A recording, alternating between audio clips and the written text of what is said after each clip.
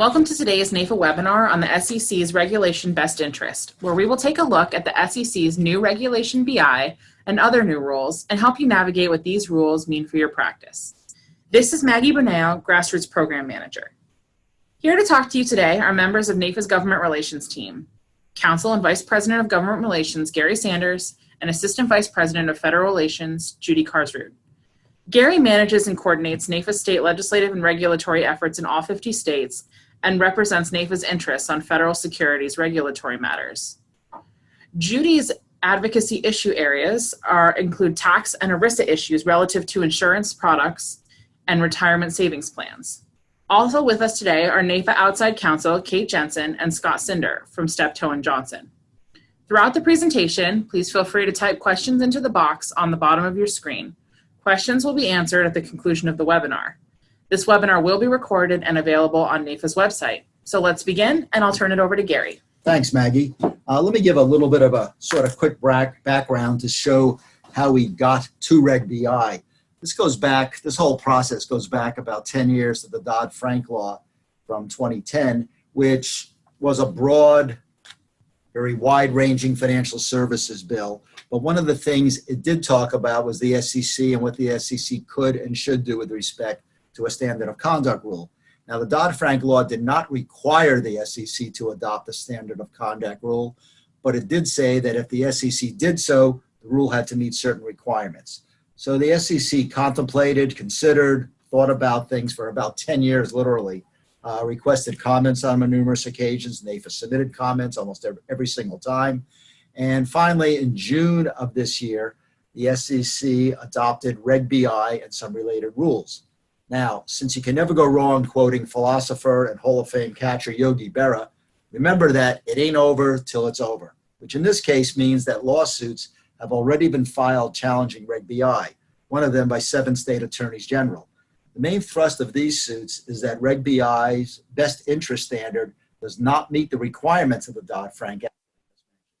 And since a regulator can only do what the lawmakers essentially allow it to do, the rule should be declared invalid. So basically, the status and future of Reg BI is somewhat up in the air, but these cases are likely not going to be resolved before the June 30th, 2020 effective date for Reg BI. So broker-dealers and their reps need to prepare to comply with the new requirements. In terms of the webinar today, let me talk briefly about the agenda of what we're going to be talking about. I gave a little background. We're going to have a little more background coming up in the next minute or so. We're going to switch to sort of an in-depth discussion of what the rule actually entails and involves, the client relationship summary form, the effective date, other sort of aspects of the rule. Then we're going to talk some about what's going on in the states, state activity as well as NAIC activity. And then finally, we're going to finish with a sort of what all this means in the real world. What does this mean for me? Bunch of questions and answers between the panelists about what the rule really means. For now, let me turn things over to my colleague, Judy Karsrud, who's going to dive into a little bit more detail on the timeline, fill in some details, talk about what some other agencies were up to during these years, and how all of this impacted what the SEC ended up doing. But before I turn it over to Judy, let me say something you're going to hear repeated many times today. The bottom line is that whatever you hear today and take away from this webinar, whatever you may read or be told by me, us, anybody else, you need to always remember that you should follow the instructions, the procedures, the direction that you will get from your broker-dealer. Do what your BD tells you to do. And with that, let me turn it over to Judy. Great. Thanks, Gary. So as Gary has said, the SEC Regulation Best Interest is final and in place. It has a delayed implementation date. We'll talk about that in just a moment. But while the SEC was busy collecting comments from stakeholders and examining current rules for registered reps and broker-dealers with respect to standard of conduct, the Department of Labor, who has jurisdiction over qualified plans, but not all securities transactions, SEC, all securities transactions, Department of Labor, only over qualified plans, was struggling with writing a proposed regulation to address what they perceived as the gap between a suitable recommendation and what would be clearly subject to a fiduciary standard, and looking for recourse based on any failure to meet a fiduciary duty.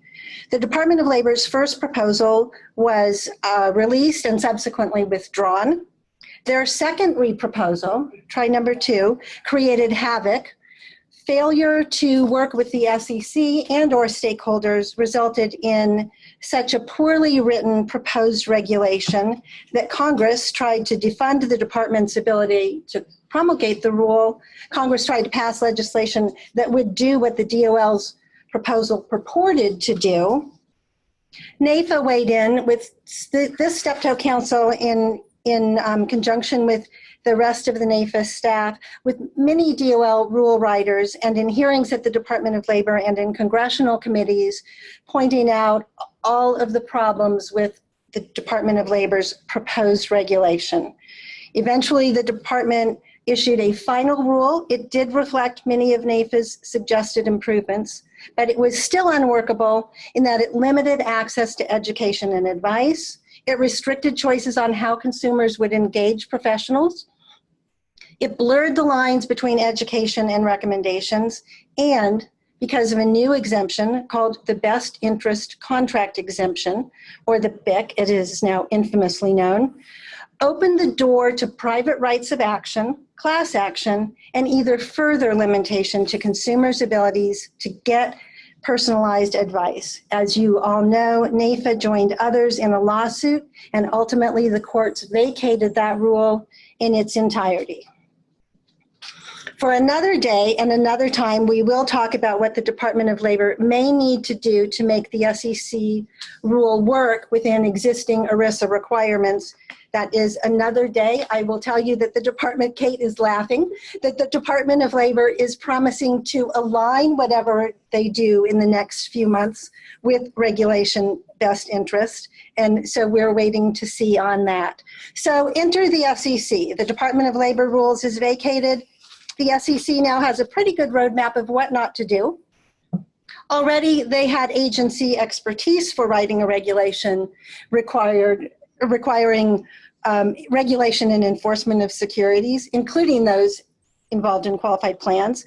They did seek stakeholder input, and they watched the marketplace's responses to the Department of Labor's fiduciary rule and had in mind several goals so that they did not make those same mistakes. The rule is very complex. It is very long. Kate Jensen from Steptoe is here to break down this rule so that you can get an understanding. Today's goal is to get an understanding of the rule and what will be required. And as Gary has noted, and we might note once or twice, again, during the course of this presentation, ultimately the specific requirements will come directly from your broker-dealer.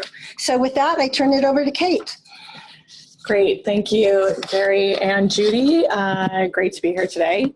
And as Gary noted, the SEC's rule is here to stay. It is final, and pending any unfavorable lawsuit outcome, we should get prepared for what is coming. And today, I'm hoping to just give sort of a very brief 30,000-foot overview of the main components of the rule that will impact NAFA members, and to be very clear where the obligations under the rule apply to registered reps directly and where the obligations have really been limited to your broker-dealers. That's going to be an important distinction for you all going forward.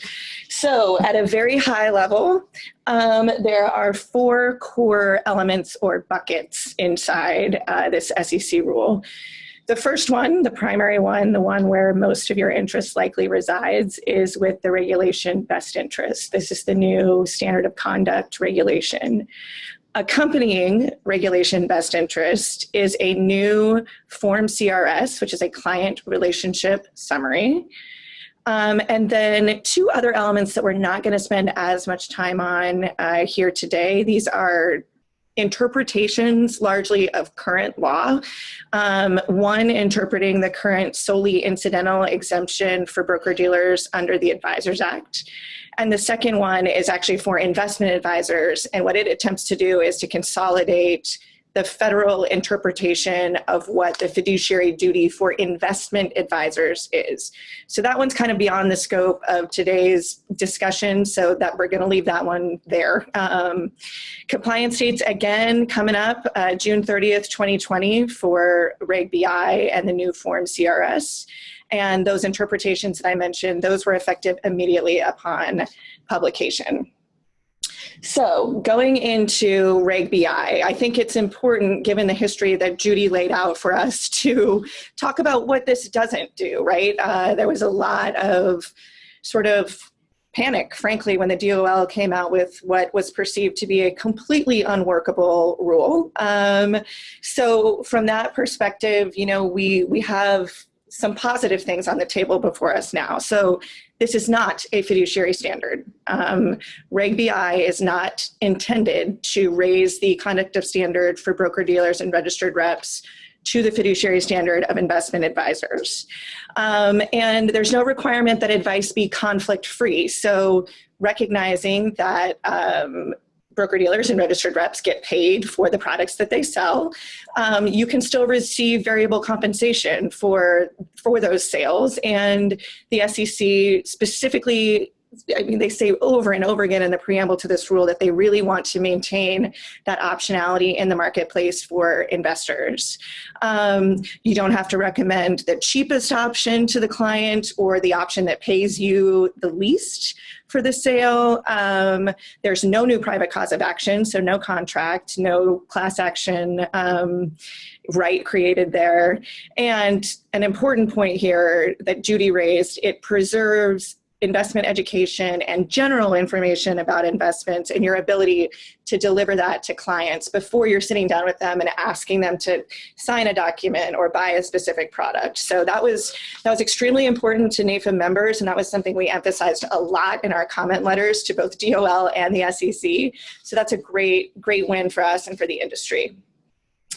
So, Reg BI, this, to be perfectly clear, only applies to broker-dealers and registered representatives. This is not in the investment advisor space at all. They are subject to their own fiduciary rule, completely different bucket.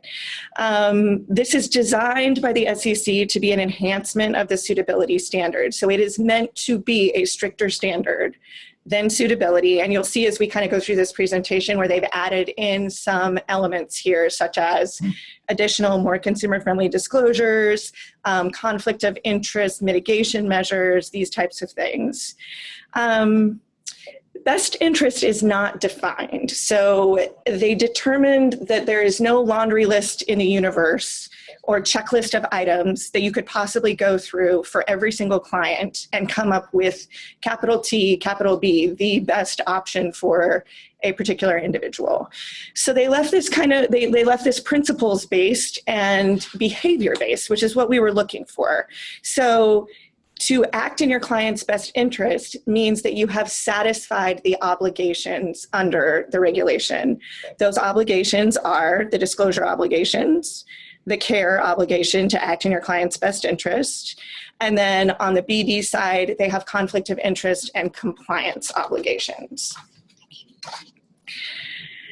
Okay, so launching right into what applies directly to NAFA members. So disclosure obligations, these apply to broker-dealers and to their registered reps directly. So, you know, we envision that the BDs will have a major role in designing these new disclosures. These particular disclosures can be incorporated into existing documentation. So, you know, I anticipate we'll see a lot of that instead of new paper. But here's the big catch on this one. If you, as the registered rep, as you're sitting across the table from your client, realize that whatever the stock disclosure that your broker-dealer has provided really doesn't disclose all of the material facts as they pertain to this particular situation, it is your obligation to supplement that disclosure to make sure that in this, you know, particular conversation, you're disclosing all of the material facts that a reasonable client would want to know. So that's the main takeaway on this one. Look to your broker-dealers for a lot of the design and the rollout of these new disclosures, but recognize that you are directly on the hook as a registered representative to satisfy this particular obligation. So what are we talking about disclosing?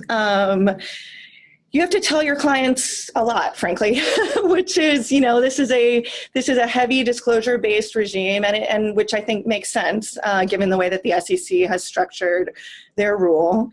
You have to tell them up front, I'm acting as a broker dealer or a registered representative. This new best interest standard applies to me, and in this, relationship that we're going to have with you as my client, you do have to disclose material fees and costs. To be clear, this is not a specific dollar amount. So you, Judy, today are going to have to pay me $25. So this can be sort of generalized. You can come up with a range of amounts, a range of percentages based on the types of products that you've recommended to this particular client. So it can't just be as generic as, well, I'm going to get paid, or I'm going to get commissions, maybe. So this is a little bit more detailed than that. This is meant to be the second layer of disclosure, following the form, the client relationship summary, which we're going to talk about next. But here, this is where you would say, okay, as you're, as I'm advising you, as I'm recommending these products for a mutual fund, I would typically receive a dollar amount in this range. So think those types of fees and cost disclosures. Again, there's an obligation to supplement here. So if somebody ends up actually buying a product that does not fall within these comp disclosures that you initially disclosed, then you need to supplement that initial disclosure to make sure the goal here is to make sure that it makes sense for the conversation you're having and for the individual with whom you're speaking.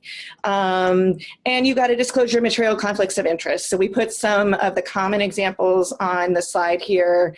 Those of you who are limited in your sales of only proprietary products, you need to disclose that at this point.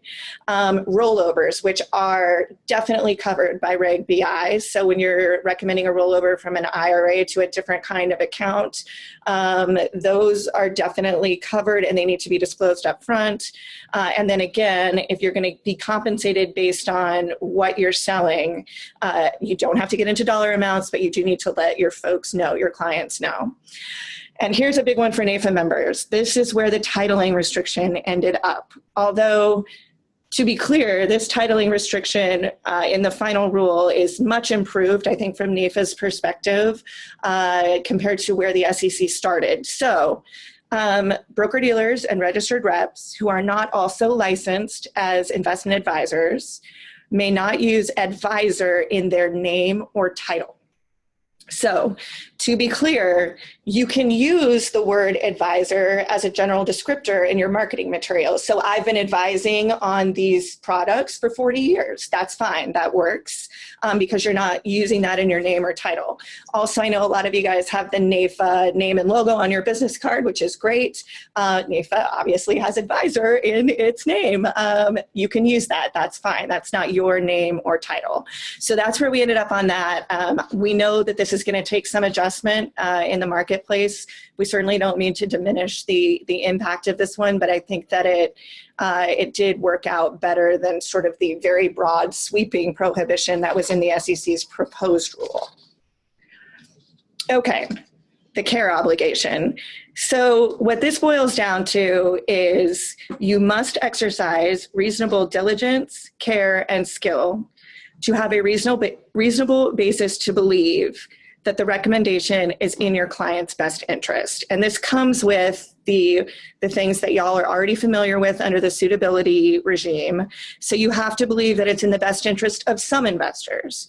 You have to believe that it's in the best interest of a particular retail customer. And you have to have a reasonable basis to believe that a series of recommendations is not excessive. So this is a familiar structure for all of you, but really what they've done here is they've enhanced this by tying it specifically into this best interest standard. The best interest standard, of course, meaning part of that meaning that you cannot put your own interests ahead of your client's interests. So this is, this is kind of the core, this is the crux of this new regime. So we'll kind of go through these next two obligations a little bit quicker because these are the ones that fall specifically on the broker-dealers, not on the registered representatives themselves.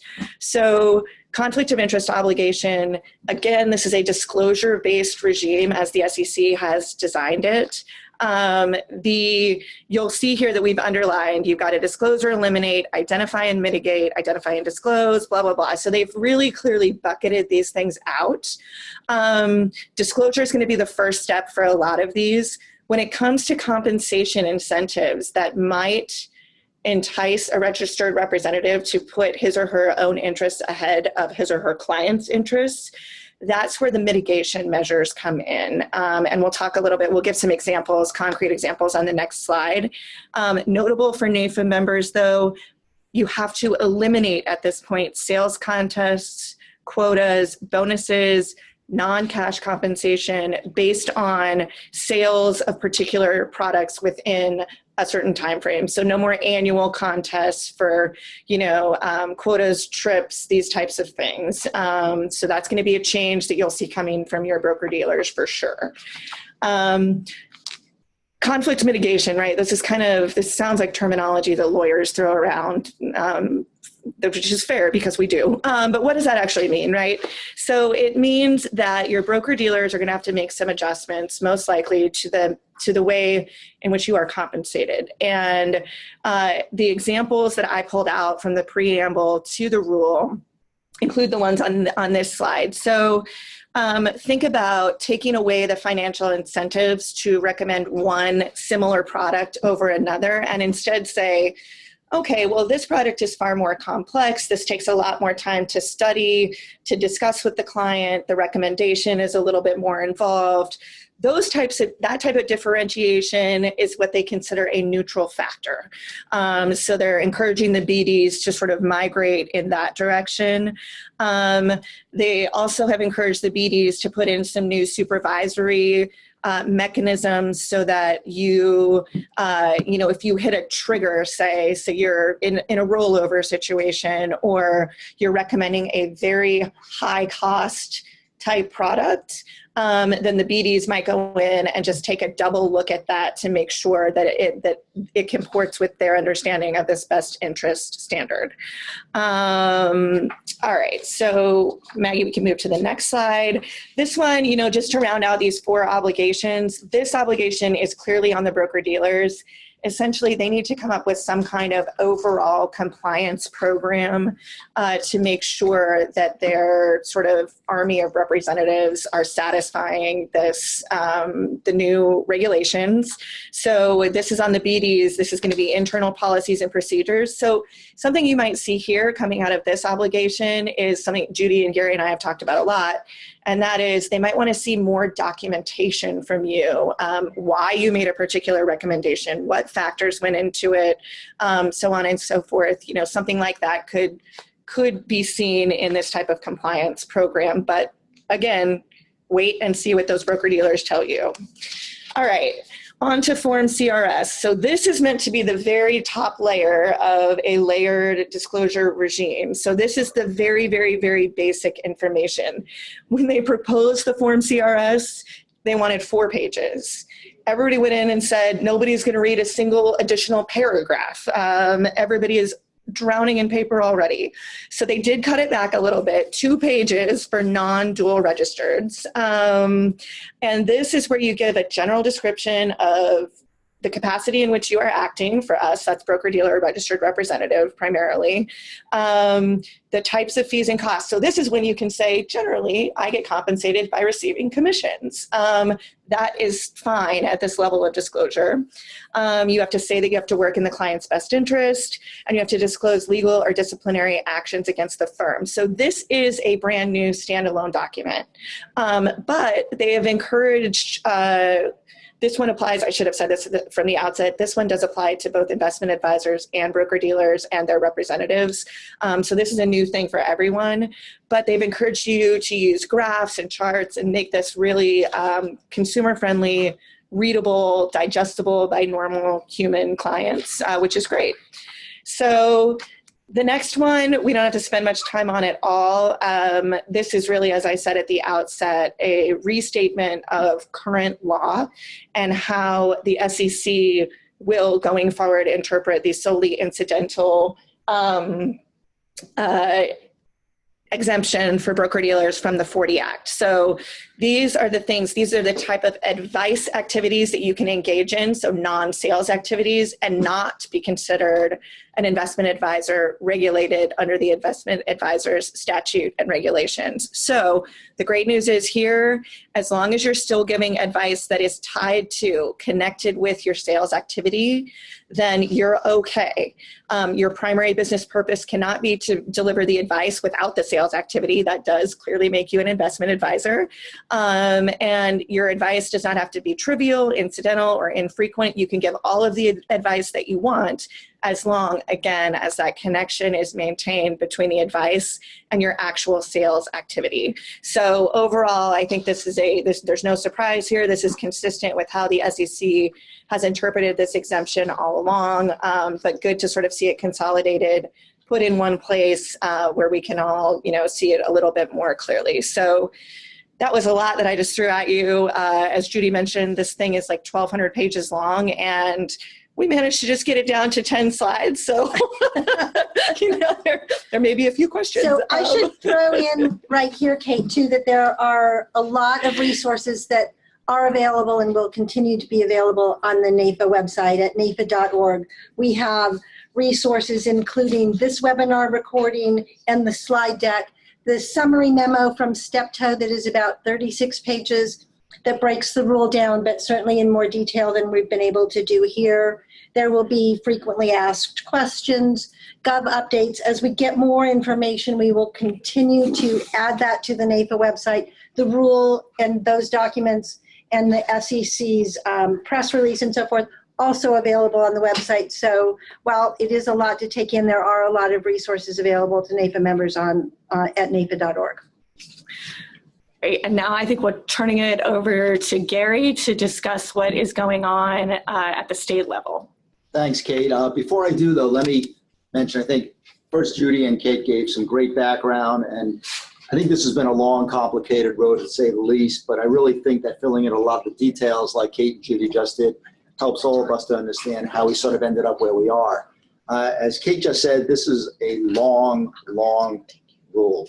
The rule, along with all the commentary, interpretation, discussion of the comments, goes to well over 1,200 pages. So the bottom line is that whatever we tell you here today is our best take of what this all means, but this is going to take a little bit of time for everything to shake out and to get some clearer interpretations, perhaps from the SEC itself, of what some of these provisions mean. So we all need to keep that in mind. What we're telling you today is our best sense as to what all this boils down to. Also, let me mention that with respect to the titling restrictions issues that Kate discussed, the ability to use the word advisor in describing yourself and all, we met, and this has been a process we've been going through for a number of years. We met with the majority of the SEC commissioners. We typically have a NAIFA leader, either the current president or a former president of NAIFA, as well as a number of our staff members, CEO Kevin Mayu and people from our GR team here, meet with the SEC commissioners. And we met with also a bunch of them, including Chairman Clayton. And on this issue specifically, we noted our concerns about the workability of the titling restrictions that were originally contained in the proposal. And we were very glad to see that a lot of our concerns were addressed in the final rule and did make things a little more tolerable and a little easier. So now, basically, let me turn to the state issues, basically. At the same time as the SEC was in the process of developing Reg BI, state legislators and regulators have also been taking a deep dive into these same state issues. Several states are at various stages of the process of putting in place their own enhanced standard of care requirements for broker-dealers, investment advisors, and in some cases, insurance producers. Basically, at the same time, on a sort of a parallel level, the NAIC, the National Association of Insurance Commissioners, which is basically the trade group for the 50 state insurance departments, is working to revise the NAIC's annuity suitability model regulation, which sets standard of conduct requirements for annuity sales, whether fixed or variable. So now let me give you a brief sort of overview of what the various states are up to. New York, for about the past year, was looking at revisions to Regulation 187. They recently put in place, I believe the effective date was August 1 of this year, revisions to that regulation, which put in place a best interest standard for annuity and life insurance recommendation and sales, notably not covering securities transactions, which became effective, as I said, on August 1st of 2019, and it'll be effective for life insurance recommendation and sales on February 1 of next year. While this has been called the best interest standard, and that's how the rule refers to it, NAIFA New York State and others in our space essentially equate it to a fiduciary duty and have real concerns with the restrictive nature of it. NAIFA New York State participated in a lawsuit challenging the validity of the regulation and authority of the New York Department of Financial Services to adopt the rule. Unfortunately, that lawsuit was dismissed by the court about a month ago, and NAIFA New York State will not be planning to appeal. Turning to Maryland, Senate Bill 786 in this year, 2019, would have required broker-dealers, investment advisors, and insurance agents to all be subject to a fiduciary duty. NAIFA Maryland formed and led a coalition that was successful in our efforts to kill this bill, but I think we'll be seeing it coming back again next year. Nevada is maybe the first state that has dealt with this issue. Back in 2017, the state of Nevada enacted Senate Bill 383. What that bill did was basically broaden the definition of who is a financial planner to include broker-dealers, investment advisors, and their representatives. Since under existing Nevada law, financial planners are already subject to a fiduciary duty as a result of the Senate Bill 383, now we have a situation where broker-dealers and investment advisors and their reps are also subject to that same fiduciary duty. Again, purely insurance activities and insurance agents are not included in the scope of that law. The law doesn't have many details in it, and it's been left to the state securities administrator in Nevada to propose and adopt implementing regulations, to sort of put the meat on the bones, if you will, of what that law provides. That process, I'll say, has been moving at a snail's pace. Draft regulations weren't published until about a year after they were supposed to be. NAIFA and others submitted comment letters back in March 2019, and there's been really no new activity or news since. Rumor has it that Nevada, or at least the securities regulator, is sort of looking for a way out of this, whatever that means, given that the law itself does impose the fiduciary duty. Two more states to talk about. In New Jersey, the New Jersey Bureau of Securities has issued a proposed regulation that would have put in place a formal fiduciary duty for broker-dealers, investment advisors, and their reps. NAIFA and NAIFA New Jersey submitted a comment letter back in June 2019. Dennis Cuccinelli from NAIFA New Jersey, and also a member of the NAIFA board, testified at a hearing on this proposal in July of 2019. There's been no further action or news since, but this regulator seems intent on moving forward, and it's going to take them some time to read all the comments that were submitted. Finally, Massachusetts, in June of 2019 this year, the Massachusetts Securities Division issued for preliminary comment a draft of a regulation that would apply a fiduciary conduct standard on broker-dealers, investment advisors, and their reps. The draft proposal is really similar to the New Jersey proposal, and what we've seen so far is not a formal proposed regulation. So the typical administrative requirements that we see in most states for a hearing, a certain comment period, have not applied yet. In late July, NAIFA Massachusetts, along with NAIFA and others, submitted comment letters to the Securities Division in Massachusetts, pointing out concerns with this proposal. Massachusetts Secretary of State, who supervises the Securities Division, has a strong reputation in consumer protection and is very likely to move forward on this issue. We were expecting a formal regulation to be proposed by the end of the summer, which would trigger then a comment period and a hearing requirement, but that hasn't happened yet. And finally, let's not forget the NAIC. For about 2 years now, the Organization for State Insurance Commissioners has been working on revisions to its annuity suitability model regulation. This would basically replace the suitability standard of care with a best interest of the consumer standard of care. Like I said, this has been going on for quite some time. NAIFA has been heavily involved in this NAIC process from day one. We've testified at every meeting of the NAIC that discusses this. We've submitted numerous comment letters on this topic. And right now, the working group at the NAIC that's dealing with this issue is in the middle of a heavy series of 2-hour-long conference calls to discuss revisions to this model and try and finish something up. We've been having it's about a 2-hour conference call every week, and they're going to continue for the next several weeks. And I think the goal right now is to have this set of amendments finalized and ready for adoption at least by the parent life insurance committee at the next NAIC meeting, which is going to be held in December. So I think it's an understatement to say that this activity in the states is making things both more complicated and difficult from a compliance standpoint. First of all, regardless of what they're calling it, these state proposals would basically end up imposing a fiduciary duty on the activities of broker-dealers, their reps, and in some cases, insurance agents. The problem with this is that a common thread in all these proposals is that whether they do it explicitly or not, they favor and they push advisors towards a fee-based business model rather than a commission-based model. The bottom line here is that many small and mid-sized investors will have no way to turn to for advice and service down the road, since, as most of us know, I think, most fee-based advisors typically have minimum account requirements of $250,000, $500,000, or even more. So a lot of our members' clients are going to be basically shut out of access to professional advice and service. Second, there's a very good chance that these state proposals, if they end up being enacted, are going to have differing requirements from what Reg BI requires. So who does the rep listen to? Which laws or rules does she follow? This could really put our folks into an impossible situation. But honestly, so far, the state regulators and legislators we've commented to don't seem too concerned about this. And finally, there are all kinds of legal questions swirling about whether the states can even enact these laws in the first place, or whether federal law, meaning the security statutes and the SEC rules, cover or preempt the field here. These questions are also going to eventually have to be decided by the federal court.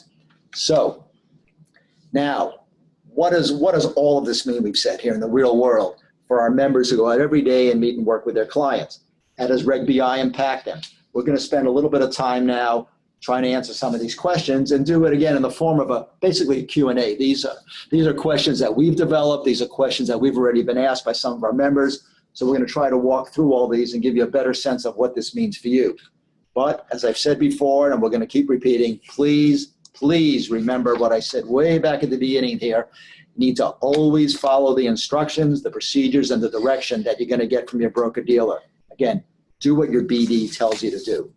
So let's have a little bit of a free-for-all here. Let me start asking questions, and our panelists will give answers.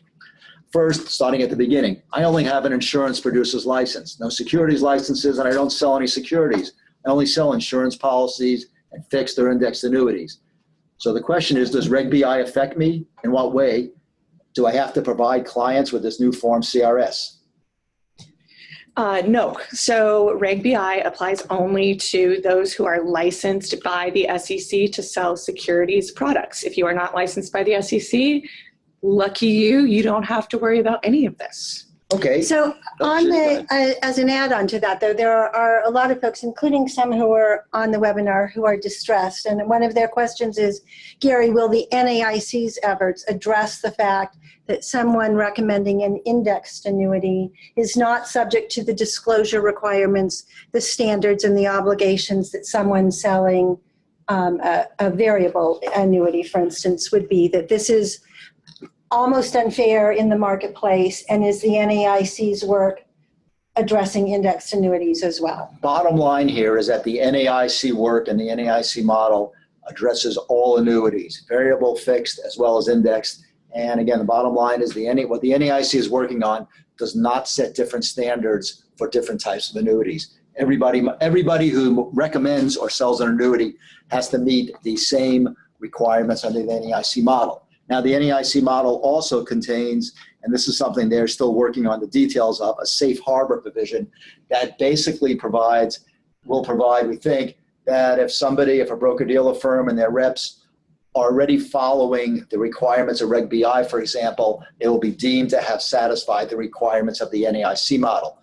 But there aren't any, in the NAIC model, there are not separate standards of care, separate disclosure requirements, say, of increasing complexity, depending on whether you're selling a fixed, an indexed, or available annuity. It's all subject to the same thing. Okay, thank you. Yep. So following up on the first question, so if I have both an insurance producer's license and a securities license, does Reg BI apply to me when I'm recommending or selling purely an insurance product, such as a term or a whole life policy or a fixed annuity? No, so regulation best interest is triggered when you make a recommendation of any securities transaction or an investment strategy involving securities. So if securities never come up in the conversation, you don't trigger this regime. Great, thanks, Kate.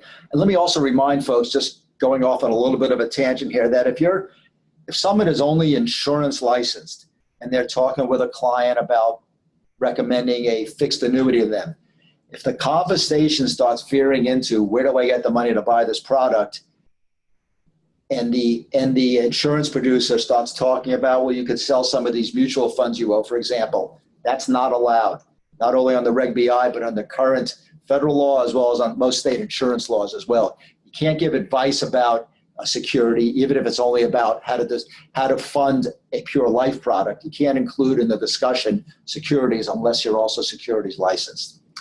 Moving on, which requirements of this, there's been a lot of talk here actually about what the BD, the broker-dealer's requirements are, responsibilities, what the rep's responsibilities are. So what requirements of this regulation directly apply to the registered reps of broker-dealers, requiring me to do or say or give something to my clients, and which requirements, even though they might affect me, really apply only to my BD and place the responsibilities and duties on the BD alone. Right. So going back to the overall structure of regulation best interest, there are 4 buckets of obligations. The first 2, the disclosure obligation and the care obligation, apply directly to registered representatives as well as the broker-dealers. The second 2 buckets, that conflict of interest and compliance policy piece, that only applies directly to the broker-dealers, not to you as registered representatives. Thanks, Kate.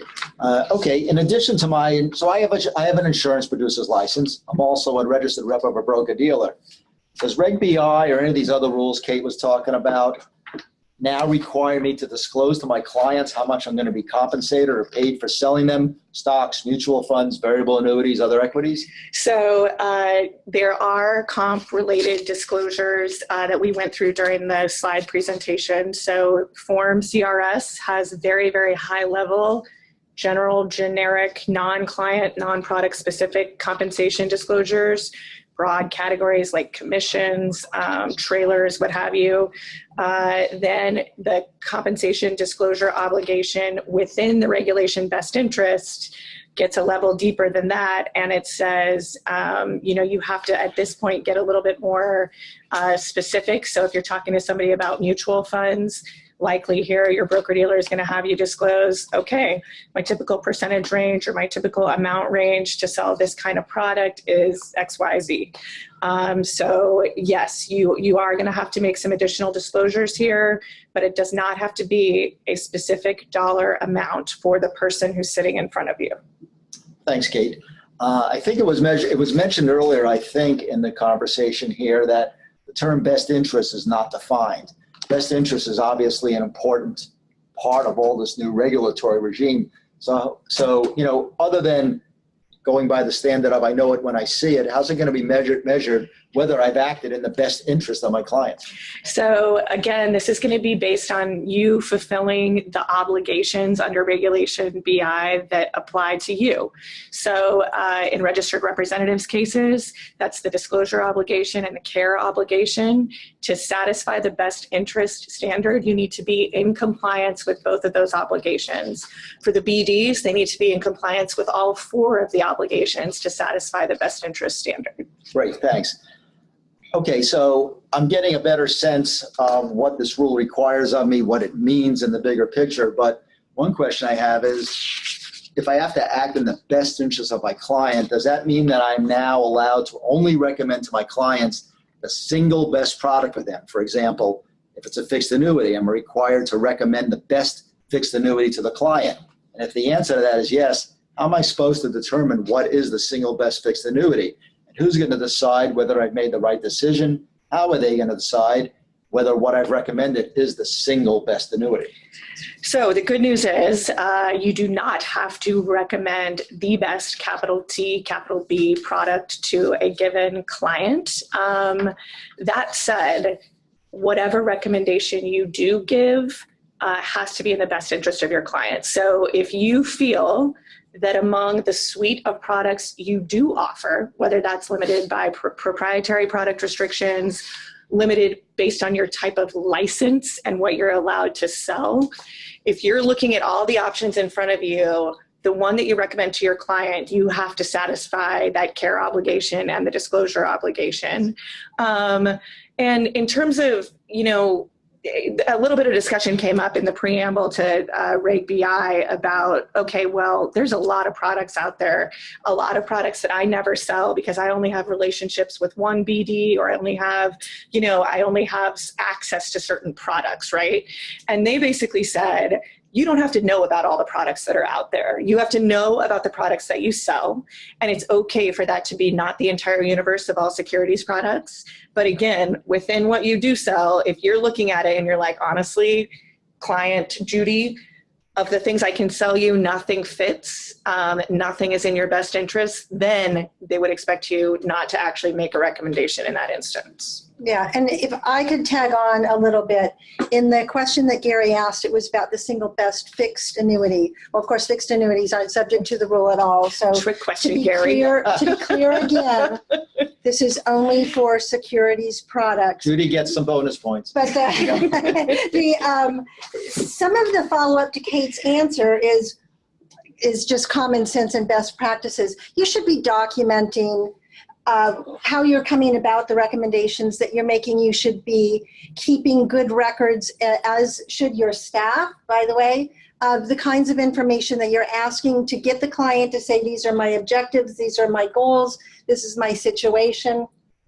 If you have all of that in place and then you make a recommendation that is in the client's best interest, you will have done a lot to go towards being able to evidence that even with perhaps a limited number of products, it does in fact accomplish the client's objectives. So documenting, fact-finding, keeping your staff aware of what all these requirements are certainly things that NAIFA recommends that are common sense, and I'm sure what you're already doing. Great. Okay, I got a better idea now of what it means to act in the best interest in that regard, but similar question, do I now have to recommend the products that are going to pay me the least or going to be the least costly to my clients? So no, you do not have to recommend the least expensive product to the client. But here is a little change from the suitability regime. So you must now, under the best interest framework, take cost into consideration when making a recommendation and deciding whether it's in the client's best interest. It has to be a factor. It is not the determinative factor, and the SEC goes out of its way in the preamble to the rule to explain that, understanding that the cheapest option is not always the option that fulfills the client's objectives, to Judy's point, based on that individual client's investment profile. But again, I think this is probably where the documentation comes in. If you are recommending a product that is a lot more expensive than some of the other options, particularly if you're talking about kind of comparable options, then I anticipate that this is the type of spot where you're going to want to be documenting everything to support your recommendation. So one of the follow-up questions that we have from our audience to that, Kate, is does this regulation BI replace suitability standards? No, this is a great question, and I actually, in the interest of saving time, skipped right over that at the beginning. This doesn't replace anything. So all of the rules and regulations that are on the books with the SEC before June 30th, 2020, when this thing goes into effect, stay in effect. So this is meant to be layered on top of everything that already exists. Okay, great. Now we've had a lot of discussion, and I'm sure a lot of you have questions about basically being able to use the words advisor or advisor. We have a whole series of questions we've been asked about this, and I think we're going to run through these like that old game show did when they had a lightning round. So I'm going to ask some questions, we're going to get some answers, I'll go on to the next one. First, if I'm just licensed as an insurance producer, do these restrictions on titling apply to me? Nope, same thing as Reg BI. If you're not dealing in securities products, they do not apply to you. I'm a registered rep, but I'm not an investment advisor rep. Can I write on my business card below my name, advisor or financial advisor? No, it cannot be those words. If you are not licensed as an investment advisor or an investment advisor representative, you cannot use advisor in your title or your name. Okay, I'm a registered rep, but I'm not an investment advisor rep. Can I write on my business card below my name, member of the National Association of Insurance and Financial Advisors? Yes, because that's not a part of your title or name. Great. I'm a registered rep, but I'm not an investment advisor rep. If my company's name has the word advisor in it, can my company name be on my business card? Yes, so the company name, it applies to the companies as well. So if the company is dual licensed as a broker-dealer and an investment advisor, they can continue to use their name and you can continue to use it on your business card because you're not claiming that word for yourself in your own name or title. However, if that firm is not a dual registered, they have to change their name. So that's going to be kind of driven at that firm level. Gotcha. So now this gets more complicated. If my company has the word advisor in its name and it's only a broker dealer, but not also an investment advisor, does this mean that my company has to change its name or that I can't use my company's name on my business card? Yeah, so the company has to change its name and it'll come off of everything. All of their marketing materials, everything they send to you would have to be changed. Okay. Now, I'm a registered rep, but I'm not an investment advisor rep. In the various marketing materials I use, such as brochures, newsletters, can I say things like I've been a trusted financial advisor for 22 years? Or how about I've been advising my clients on their insurance and investment needs for 22 years? Yeah, so the rule does allow the use of advisor by registered reps as descriptors in marketing materials. So exactly the examples that Gary just used would be okay, but be mindful just as a general rule whenever you're marketing yourself, advertising, that going back to that tricky little incidental advice exemption we talked about briefly, the primary purpose of your business cannot be giving advice. It has to be the sales activity. So even though the titling restriction isn't a problem here, be mindful of how you're describing your business in general to the public. Gotcha. Now, I'm a registered rep and I'm also an investment advisor's rep. Can I write on my business card below my name advisor or financial advisor? Yep, if you have that investment advisor license, you are good to go. Okay, I'm a registered rep and an investment advisor rep. Can I write on my business card below my name member of the National Association of Insurance and Financial Advisors? Yes, you can. I'm a registered rep and an investment advisor's rep. If my company name has the word advisor in it, can my company's name be on my business card as long as they are also an investment advisor firm? Yes. Okay, one last question here. I'm a registered rep and an IAR. In the marketing materials I use, can I say things like I've been a trusted financial advisor for 22 years? Yep. Great, okay. Moving on. I am only allowed to recommend the proprietary securities products of my broker-dealer, or my broker-dealer only has agreements to market these securities products of a limited number of companies.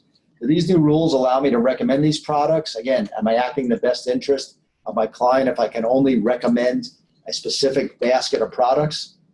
Yes, so just like preserving variable compensation arrangements like commissions, this is another area where the SEC is very clear. They are not trying to restrict you from selling only proprietary products. That said, this was clearly flagged in a lot of the comments that they received as a conflict of interest or an arrangement that could potentially create conflicts of interest between financial professionals and their clients. So throughout the rule, you'll notice that the SEC has really pulled out this proprietary product issue.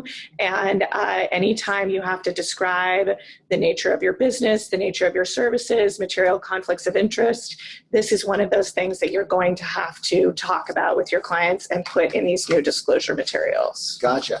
Once I've made a recommendation about a product, do I have any kind of ongoing responsibilities or obligations to my client about that product? For example, to monitor it, reach out to my client every few months? So no, there is no automatic ongoing obligation here. The regulation best interest is actually designed to be a transactional standard of conduct, but you do have the option of taking on that obligation. If you're going to do that, it needs to be laid out very clearly at the beginning of the relationship in your best interest disclosure obligation, so your new disclosure materials.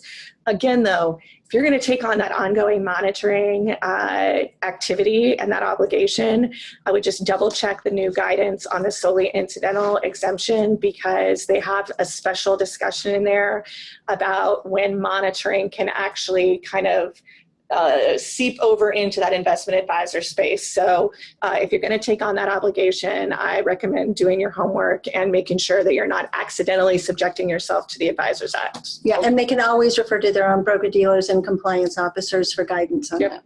Great. Following up on the discussion earlier, that was about compensation, I guess, or models of compensation. Are there any compensation models or types of compensation models that are barred completely? What about sales contests? Yeah, no, sales contests are gone. Those have to be eliminated. Quotas, bonuses, anything based on sales of specific products within a limited time frame. Great. One more question here.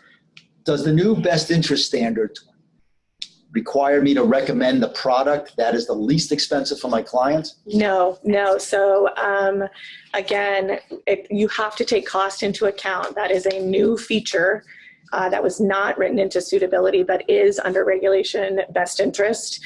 It does not have to be the only factor. It does not have to be the deciding factor, but you're going to have to, again, to the extent you're documenting how and why you're making these recommendations, this is something that you're going to want to actually pay specific attention to. Thanks, Kate. Let me turn things over to Judy now to talk for a very quick minute or so about the types of resources that are available for NAFA. Yeah, as we're wrapping up here, and thank you again all for joining us, there are a lot of resources on the NAFA website, as we've mentioned. Maggie has just sent Gary's email and my email. If you have a specific question that you want to ask us afterwards, we're resources too. And then, by the way, you are resources. By the time Gary was done scaring us with what's happening at the state level in so many places on so many issues, what NAFA brings is this incredibly powerful and influential grassroots. And I would encourage you, when you see something, if it's state specific or at the federal level, that says, please reach out to your lawmakers, please do. If you have any questions about it, we're always available to answer any questions and to help or give you more background. But with all that's going on, NAFA is by far the largest, is the oldest, and is the most influential. And your help and getting others of your colleagues to join NAFA so that we can expand and develop depth in that grassroots program is part of how we can be influential in a good way in protecting businesses of NAFA members. Great, thank you. We're just about at the end of our time. We've just about an hour. We worked it really well with the timing, I think. But let me just close by first thanking everybody for taking the time to listen in. Hope you found this helpful. And also remind everybody to remember the Reg BI golden rule, which is follow your broker-dealer's instructions and procedures. And it's your responsibility to know and understand what those are. Thanks again, everybody. And like was said, this webinar and the PowerPoint will be available on the NAFA website. And you can contact Judy and I for any questions you have, and we'll do our best to try to answer them. Thanks again, everybody.